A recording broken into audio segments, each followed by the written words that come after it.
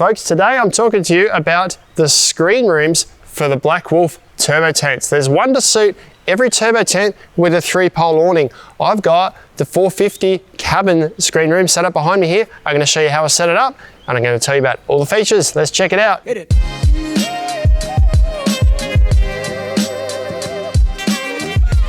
Ben from Snowy's here, folks, on a slightly overcast day down at the Brownhill Creek Tourist Park, which is a great stopover or an easy getaway if you're looking for somewhere to go to on the weekends. I've got some turbo products here for you today, and I'm about to show you how to set up the Turbo Awning Screen Room on the Turbo 450 cabin behind me. Now you can actually grab these for any of the turbo tents with a 3-pole awning in the 240, the 300 range, as well as the 380 cabin and the 450 cabin. They all set up the same way. The benefit of the 450 behind me is that it's got a really big awning. So I'll show you how it fits in shortly. We'll start with what comes in the bag.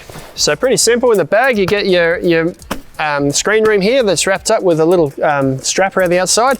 Get a handful of pegs to peg it all down, and obviously it comes in the carry bag. Now, depending on which one you buy, they weigh anywhere from 3 to 5 kilos, and packed up, the largest one measures about 65 to 70 centimeters in length and about 20 odd centimeters in diameter. They're all roughly about the same size.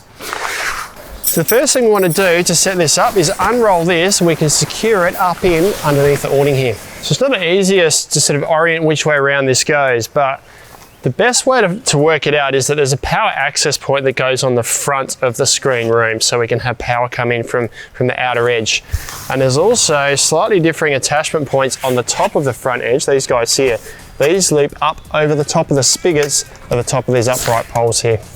So I've got the eyelets over the top of the spigots at the front of the tent here. Now the rest of it is C-clips all around and then pegs at the base. Now a good place to start is with the ridge pole because it's the tallest spot to reach. There's clips that run right along the top of the ridge pole here. There's 3 total there. Then we clip the screen room to the actual frame of the tent. There's 2 to 3 clips on each upright there, depending on which tent you've got, whether it's a cabin or just a standard tent, you've got either 2 or 3 poles to clip that to. And then down the front of the tent, there's a clip on the pole on each side and 2 clips on the center as well. So I've got all the clips in place now. We just need to peg it down. What we find we might need to do is adjust the pole height, particularly these side ones here. We can see this is quite high above the ground here for this peg point. So I just need to drop these poles down a little bit, tighten my guy ropes so that these can be pegged neatly in the corner there. Now there's 6 peg points, 1 on each corner here, 1 in the center at the front, and there's also an allowance for the cabin tents, the 380 and the 450. You just need to step inside and undo one of the doors and reach in to put the central peg up against the tent in place. So that's our screen room all set up. So I'll take you for a bit of a walkthrough now. Now it's made with a heavy duty polyester mesh. I don't know if it's midge proof. It doesn't look to be midge proof, but it does look to be nice and durable.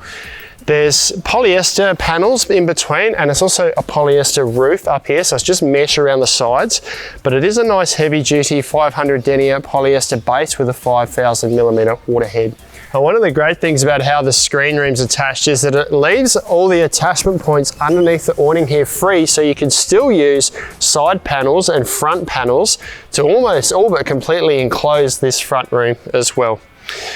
With regards to the other features on the outside, we've got 2 D doors. There's one on this side here that can be rolled back here. There's another one on this side here. So as we step inside, we've also got 2 more doors on this side here that, in the case of the 450 here, it matches up with the door that actually goes into our tent. If this was just a 240 or a 300 version, this single door would match up with the single door for the tent as well.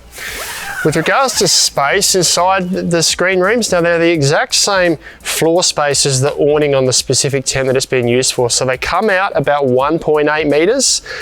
The width at the side of the tent is going to be, in this case, 4.5 meters. If it's a Turbo 300, it's 3 meters. If it's a 240, it's 2.4 meters, and it tapers slightly to the front there.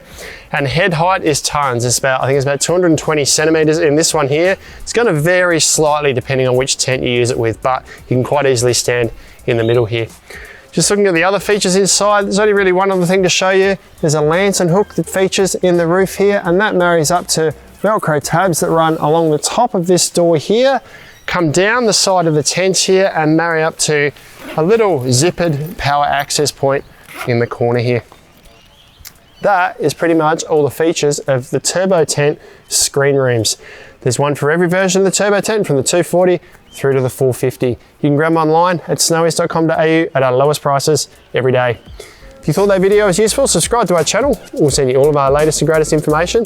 Got any questions on the screen rooms? Let us know down in the comments below, or check out this other Turbo video down here.